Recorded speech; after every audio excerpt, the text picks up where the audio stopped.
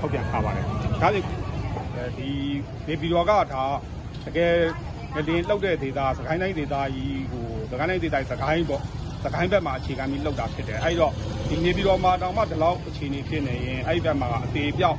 ထားနိုင်တယ်လို့ခံမှန်းပါတယ်ဒါကြောင့်မလို့ကျွန်တော်တို့အရေးပေါ်အခြေအနေလည်းကြီးညာထားတယ်ဒီနိုင်ငံတကာရဲ့လူသားချင်းစာနာထောက်ထားမှုအကူအညီတွေပဲကျွန်တော်တို့တောက်ခံထားပါတယ်ဒီလူသားချင်းအကူအညီတွေပေါ့နော်စာနာထောက်ထားမှုအကူအညီတွေကို